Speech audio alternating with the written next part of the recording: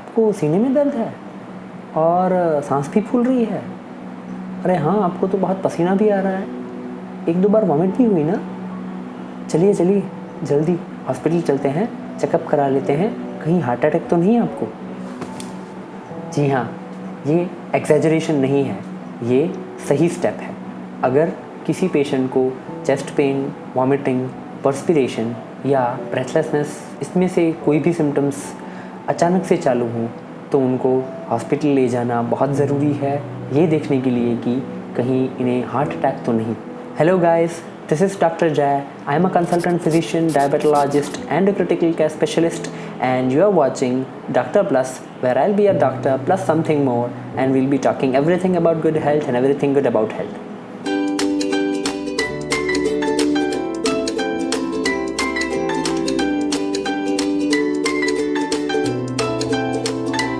तो चलिए आज के वीडियो की शुरुआत करते हैं दो किस्सों से। जी हाँ, ये दो कहानियाँ हैं, रियल लाइफ इंसिडेंट्स हैं, लेकिन बहुत सेंसिटिव हैं, तो ध्यान से सुनिएगा।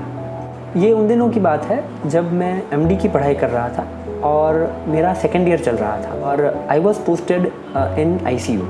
जी हाँ, हमारी आईसीयू में ड्यूटीज़ होती हैं, तो ये उसी वक्त की बात है और उस दिन मेरी नाइट ड्यूटी थी।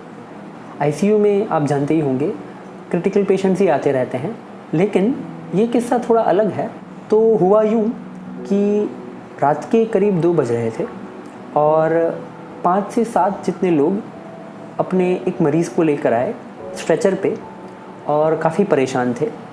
आकर कहने लगे कि हमारा मरीज़ करीबन 1-2 घंटे से होश में नहीं है, बात नहीं कर रहा, जल्दी से कुछ कीजिए। मैंने मरीज़ को देखा और देखते ही कुछ बातें साफ़ हो गई, लेकिन थोड़ी और बातें जानने के लिए मैंने उनके रिलेटिव से बात की तो पता चला कि मरीज़ को करीब 11-12 बजे से सुबह के सीने में हल्का हल्का दर्द होना चालू हुआ था। उन्होंने ये दर्द इग्नोर किया और एसिडिटी की कोई दवाई लेकर आराम किया। दर्द धीरे धीरे बढ़ रहा था, लेकिन शाम को 7-8 बजे के करीब तकलीफ़ थोड़ी ज़्यादा होने लगी, पसीना आने लगा, थोड़ी वॉमिटिंग भी हुई और घबराहट होने लगी और सीने में वज़न जैसे रख दिया हो वैसी तकलीफ़ होना चालू हुआ। तो उन्होंने मेडिकल स्टोर से थोड़ी और दवाई ली और दवाई लेकर सो गए। रात को पेशेंट की वाइफ उठती हैं और उन्हें पूछती है कि उन्हें कैसा है अभी। पूछने के लिए उन्हें जगाने की कोशिश करती है, लेकिन पेशेंट जागता नहीं है। जगाने की बहुत कोशिश की, लेकिन कोई जवाब नहीं दिया और उन्होंने ये भी देखा कि उनके मुंह से झाग आना चालू हो गया है। घबराए हुए सारे परिवार के लोग इकट्ठा हो गए और मरीज़ को हॉस्पिटल ले आए। हिस्ट्री से काफ़ी सारी बातें क्लियर हो गई। पहली तो ये कि मरीज़ को जो तकलीफ़ हुई थी वो महज एसिडिटी नहीं थी, वो हार्ट अटैक था। और दूसरी चीज़ कि मरीज़ को हॉस्पिटल लाने में मरीज़ ने खुद ने और उनके रिलेटिव्स ने बहुत लेट कर दिया था। ये जानने के बाद परिवार के लोग काफ़ी परेशान थे। ये चीज़ एक्सेप्ट करने में बहुत समय लगता है, लेकिन सच्चाई यही थी और सच्चाई एक्सेप्ट करने के अलावा दूसरा कोई रास्ता भी नहीं था। तो ये मरीज़ और उनके रिलेटिव्स ने गलती कहाँ की, ये जानने के लिए दूसरा किस्सा सुनते हैं। दूसरे किस्से में भी मरीज़ की उम्र करीब सेम थी, करीब 50 साल।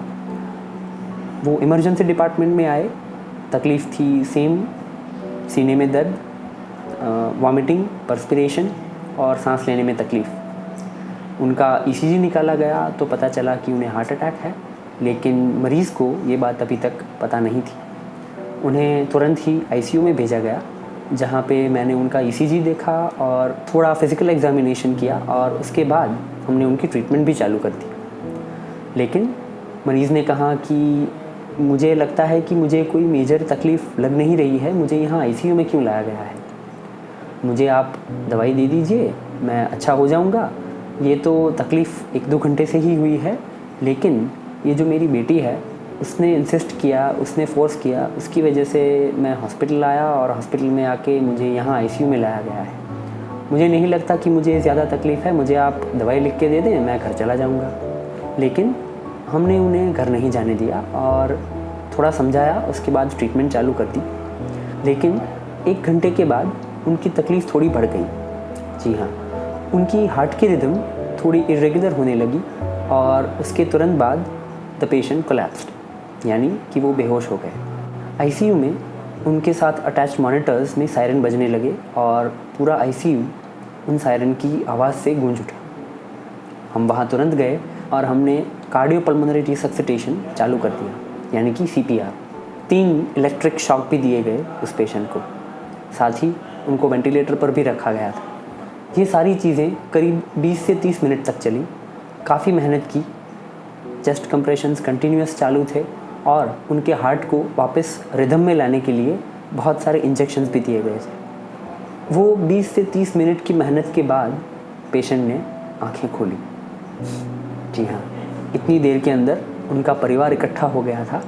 उन्होंने ये सब देखा और तुरंत हमारे पास आए और मुझे कहा कि आप तो भगवान हैं, आप तो रियल लाइफ हीरो हैं, आपने एक मरते आदमी को बचा लिया। लेकिन नहीं, मैं ये बात नहीं मानता। क्यों?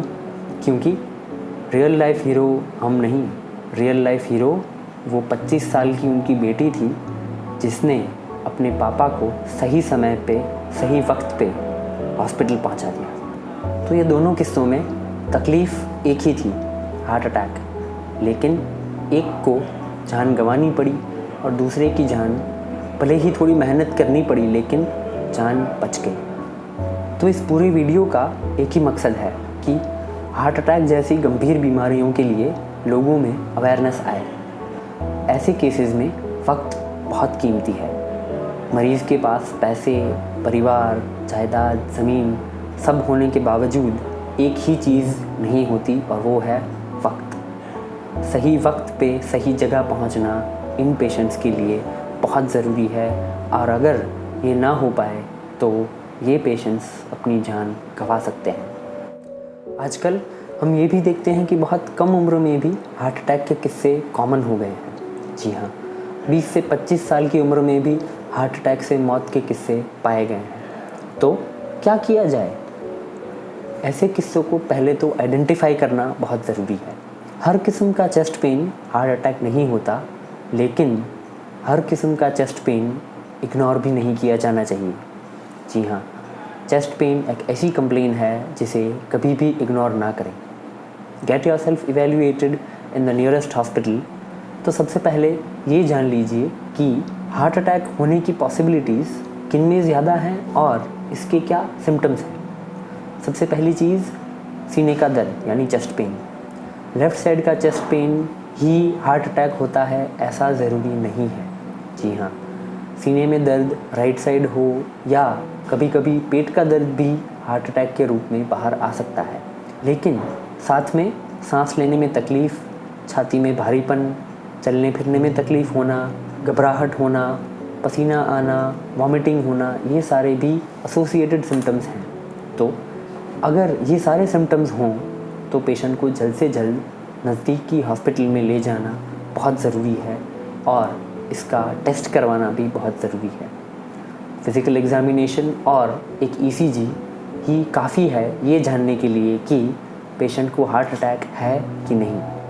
ये सारी चीज़ें करने में सिर्फ 10 मिनट का समय लगता है, लेकिन ये 10 मिनट से उनकी पूरी ज़िंदगी बदल सकती है और बच सकती है। So summing up the symptoms: first, chest pain; second, perspiration; third, vomiting and fourth, breathlessness.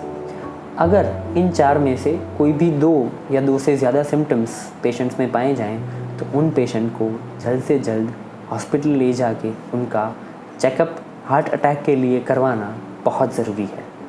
क्योंकि जैसे मैंने आगे भी कहा है, भगवान के पास जाना तो हम सबको है, लेकिन भगवान ने जो ज़िंदगी दी है वो अनमोल है और ऐसी अमूल्य चीज़ों को संभालना हमारा फ़र्ज़ है। And yes, why I am stressing on call for action for heart attack patients is because it is striking to believe कि दुनिया में हर 4 मौत पे 1 मौत हार्ट अटैक की वजह से होती है या हार्ट रिलेटेड बीमारियों की वजह से होती है। और हार्ट अटैक से दुनिया में करीब हर साल 2 करोड़ लोगों की मौत होती है। इनमें से 50% ऐसे होते हैं जो प्रिवेंटेबल डेथ्स होती हैं, यानी कि अगर इन पेशेंट्स को टाइमली हॉस्पिटल पहुंचाया जाए तो इनकी जान बचाई जा सकती है। तो इसका मतलब कि 1 करोड़ लोग ऐसे हैं जिनको अगर टाइम पे हॉस्पिटल पहुंचा दिया जाता तो वो बच जाते। बहुत फ़र्क पड़ सकता है अगर हम थोड़े अलर्ट रहें, थोड़े विजिलेंट रहें। और हाँ, किसी इंसान की जान बचाने में जो सुकून और जो मज़ा है वो किसी और नशे में नहीं। और हाँ, नशे से याद आया, stay away from smoking and stay away from tobacco because they are the biggest risk factors for heart attack. Stay safe. So guys, this was all for today. This is Dr. Jay signing off for today from Dr. Plus, where I'll be your doctor plus something more, and we'll be talking everything about good health and everything good about health. Do like the video and share the video to everyone you feel this video might help. Do comment your doubts on health and disease. I'll be more than happy to help. See you till the next time, and do take a very good care of yourselves. Bye.